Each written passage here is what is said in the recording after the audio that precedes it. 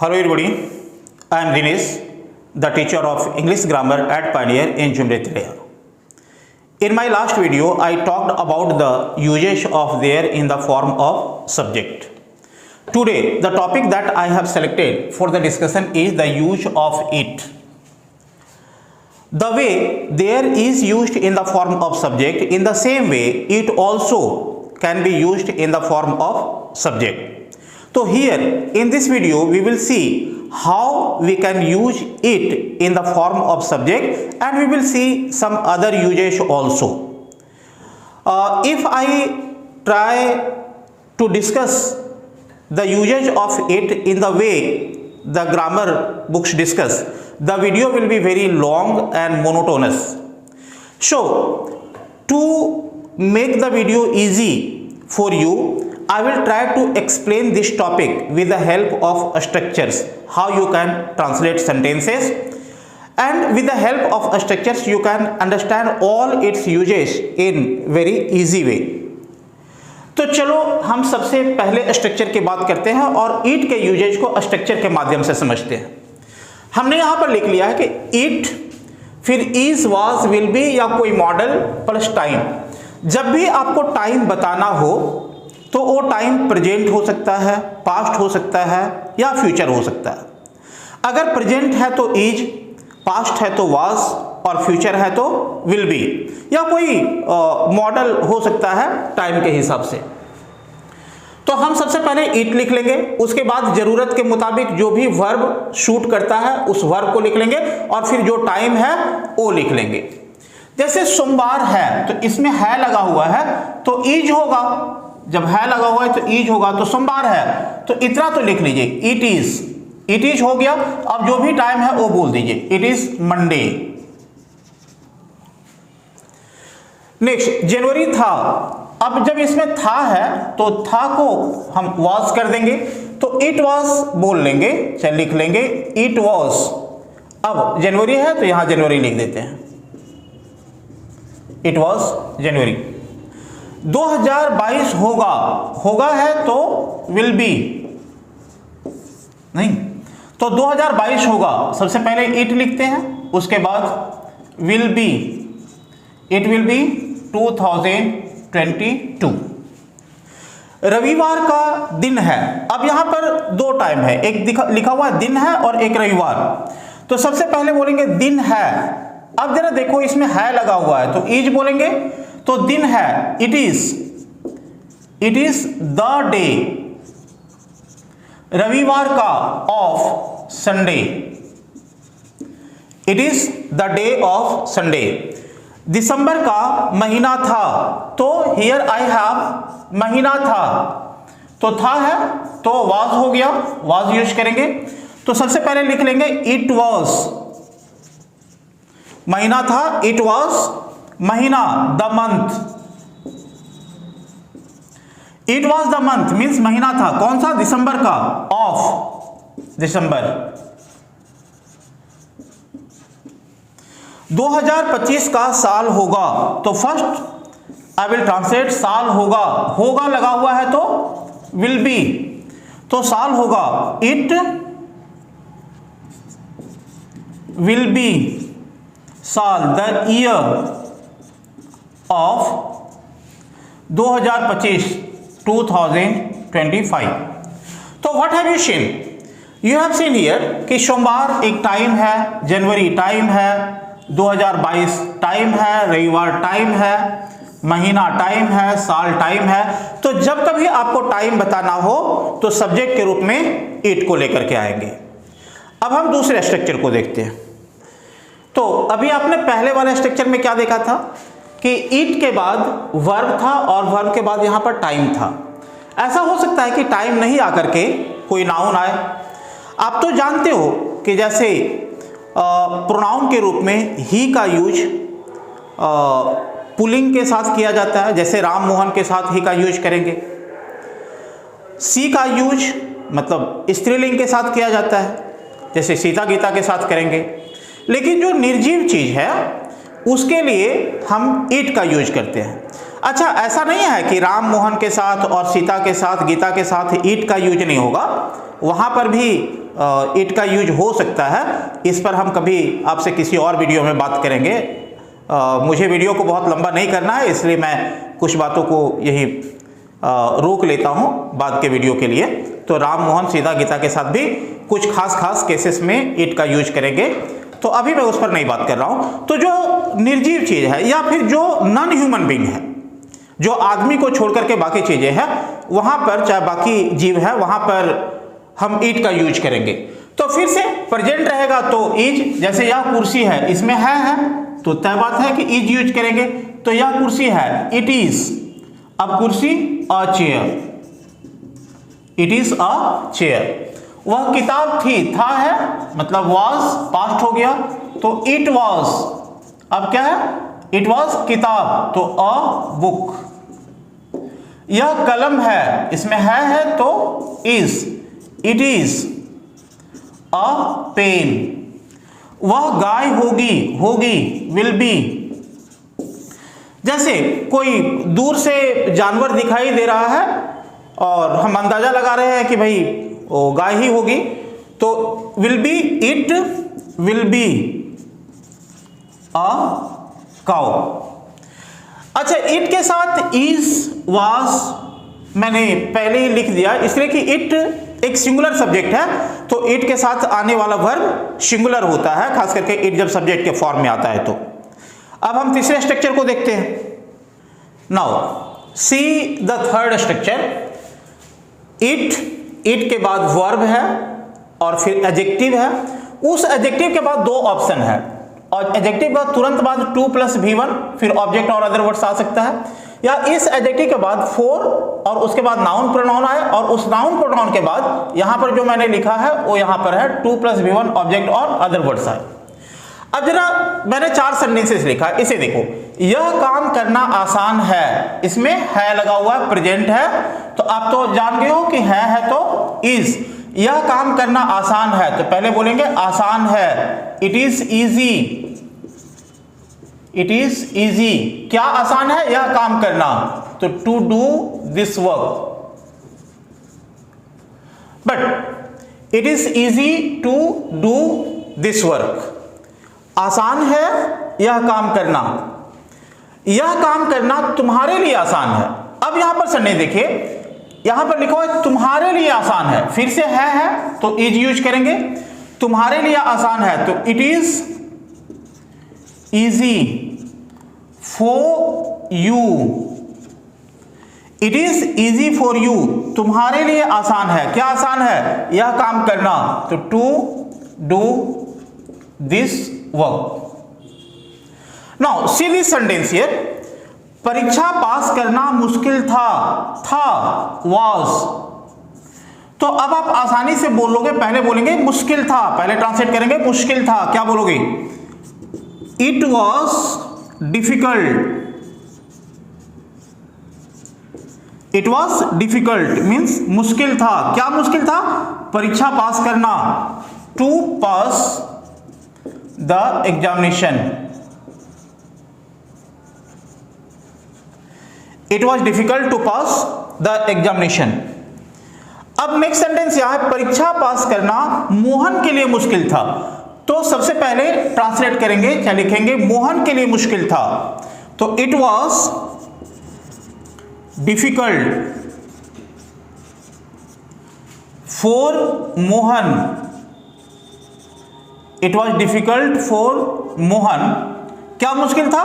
परीक्षा पास करना, तो it was difficult for Mohan, Mohan के लिए मुश्किल था to pass the examination. It was difficult for Mohan to pass the examination. अब तक आपको मैंने 3 तरह के सेंटेंसेस बताए, और ये तीनों सेंटेंसेस में इट को हम सब्जेक्ट के रूप में यूज किए। जैसे पहले मैं बताया कि टाइम के साथ 4 बजा है, तो इट इज 4 o'clock, इस सेंटेंस में इट सब्जेक्ट है। दूसरा में मैंने बताया कि आदमी को छोड़ करके जो निर्जीव चीज है या जो नॉन ह्यूमन बींग्स है उसके लिए, जैसे यह गाय है, इट इज अ काउ, तो इसमें भी इट सब्जेक्ट था।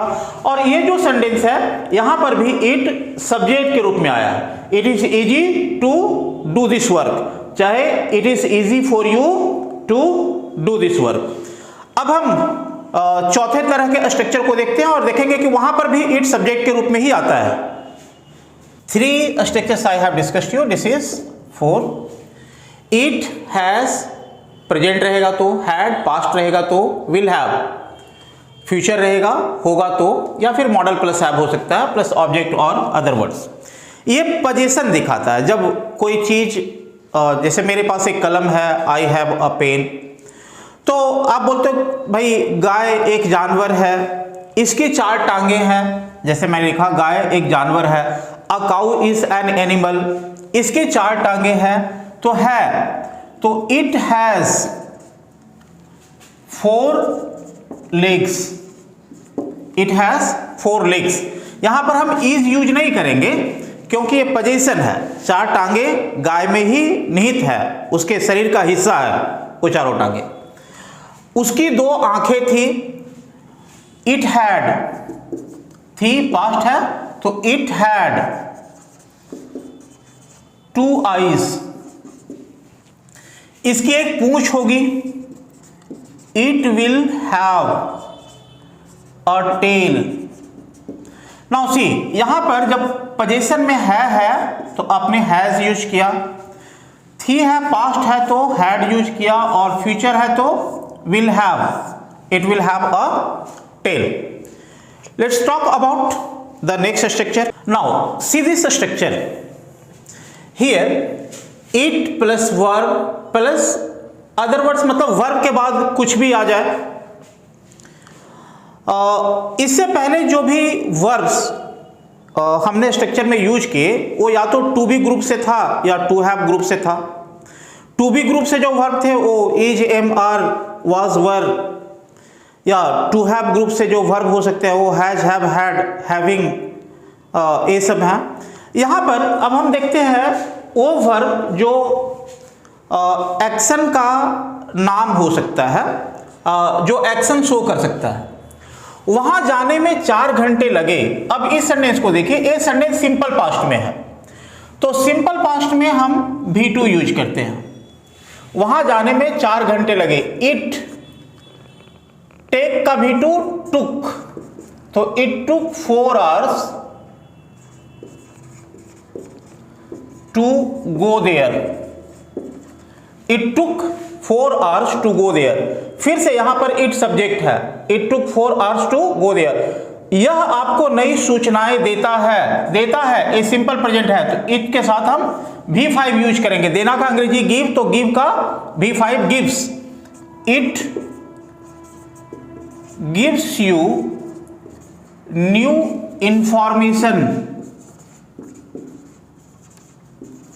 अच्छा, इंफॉर्मेशन को अनकाउंटेबल माना जाता है, इसलिए इसको प्लूरल में इंफॉर्मेशंस नहीं करेंगे।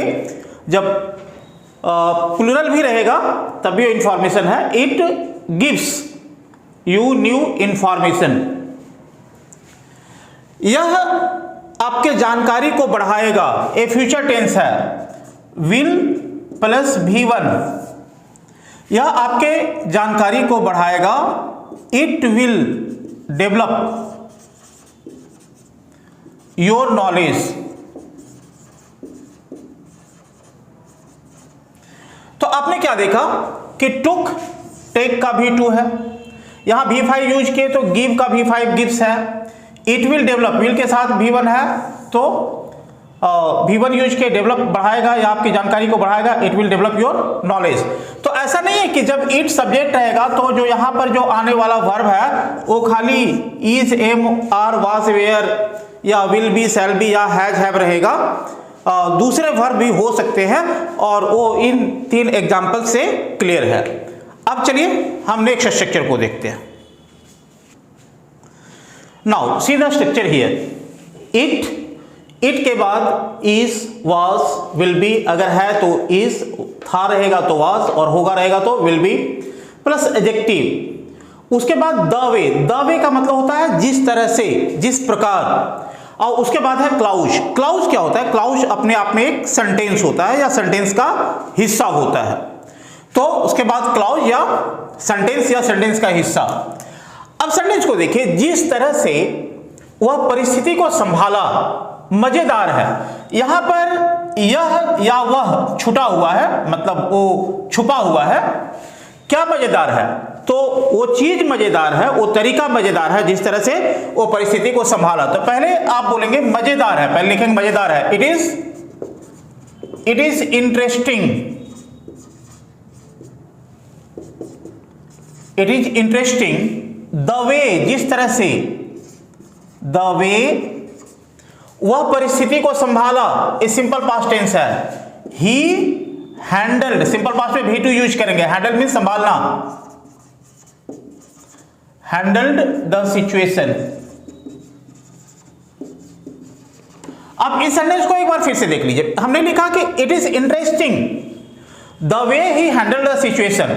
अच्छा, मजेदार है। क्या मजेदार है?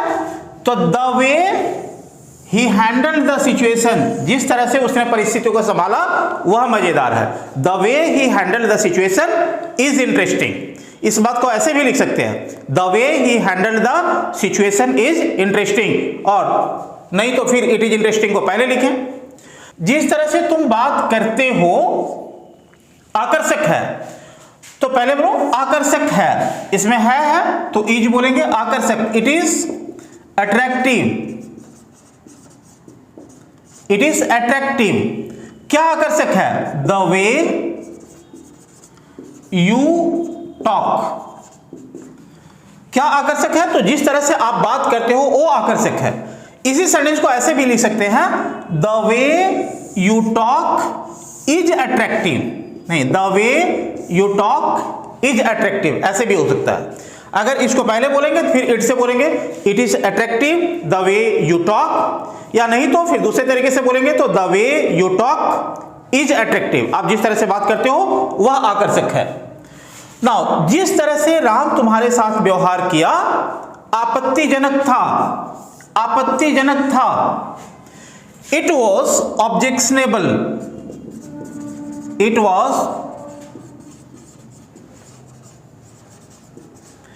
वॉज ऑब्जेक्शनेबल, आपत्तिजनक था। द वे, जिस तरह से, द वे राम व्यवहार किया, सिंपल पास्ट है तो सिंपल पास्ट में भी टू बिहेव्ड विद यू। और इसी बात को अगर दूसरे तरीके से लिखें तो ऐसे करेंगे, the way Ram behaved with you was objectionable. The way Ram behaved with you was objectionable, or it was objectionable the way Ram behaved with you. Now we will see the next structure. Now see this structure. इस तरह के structure से जो sentences बनते हैं उसको हम एम्फैटिक sentence बोलते हैं। एम्फैटिक, जब हम किसी चीज पर जोर डालें, दबाव देकर के कहें, राम ही तो है जिसने मेरी मदद की है। अब सेंटेंस को देखिए, दो पार्ट में है। राम ही तो है, it is Ram. It is Ram, जब है लगा हुआ है तो इज। इट इज राम जिसने मेरी मदद की है। अब ये सेंटेंस प्रेजेंट परफेक्ट हो गया। तो हु हैज, राम सिंगुलर है तो राम के लिए has. It is Ram who has helped me. Helped me. देखो यहां पर जो वर्ब आया है, इस वर्ब का सब्जेक्ट हु से पहले वाला नाउन है, और यहां पर जो इज है वो इट के हिसाब से आया है। इसका सब्जेक्ट इट है, तो इट सिंगुलर है इसलिए इज सिंगुलर है। और यहां पर जो नाउन आया है उसके हिसाब से वर्ब आएगा। तो राम सिंगुलर है तो हैज। अगर यहां प्लूरल रहता तो या फिर यहां पर फिर प्लूरल वर्ब होता। फिर आगे के सेंटेंसेस में देखेंगे अगर कहीं मिल जाता है तो। राम ही तो है जिसने मेरी मदद की है, तो it is Ram who has helped me. Now you see, तुम ही तो थे जो उसे गाली दे रहे थे, तो तुम ही तो थे। It was you. अब आप इस बात से कंफ्यूज नहीं होइएगा कि यहां पर यू लिखा हुआ है तो फिर यहां वाज क्यों है, क्योंकि ये जो वाज है ये यू से रिलेटेड वर्ब नहीं है, ये इट से रिलेटेड वर्ब है। तो इट सिंगुलर है इसलिए यहां पर वाज सिंगुलर है। पास्ट है तो पास्ट में सिंगुलर वर्ब वाज है, तो इट वाज यू। अब आगे जो वर्ब आएगा वो यू से रिलेटेड होगा। तुम ही तो थे जो उसे गाली दे रहे थे, it was you who were abusing him. ये पास्ट कंटिन्यूअस है। पास्ट कंटिन्यूअस का स्ट्रक्चर होता है subject was were before an object. तो आप देखो यहां पर वर क्यों आया, क्योंकि यहां पर सब्जेक्ट यू है जो प्लूरल है, और प्लूरल के साथ हम प्लूरल वर्ब यूज करेंगे। तो तुम ही तो थे जो उसे गाली दे रहे थे, it was you who were abusing him. Sita ही तो होगी जो हमारे लिए खाना पकाएगी, होगी विल बी, तो it will be Sita who हु हमारे लिए खाना पकाएगी, फ्यूचर हु विल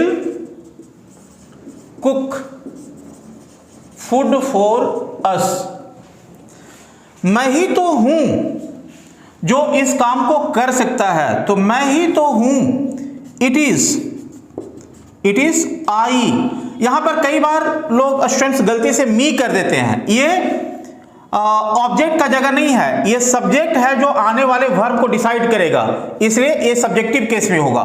तो इट इज आई, मी नहीं, इट इज आई जो who can do this work. Now सी, अब ये जो इज है वो इट के हिसाब से सिंगुलर है, मैं ही तो हूं प्रेजेंट है। अच्छा, कैन डू ये वर्ब है और इस वर्ब का सब्जेक्ट आई है, तो जब सब्जेक्ट है तो ये सब्जेक्टिव केस में होगा, ऑब्जेक्टिव केस में नहीं होगा। तो कई बार स्टूडेंट्स यहां गलती करते हैं, वो लिख देते हैं इट इज मी, चाहे it was me, not it was me, it was I, specially in this structure. तो आपने इसको आसानी से समझ लिया and I don't think that you have any problem here. Now let's come to the next structure.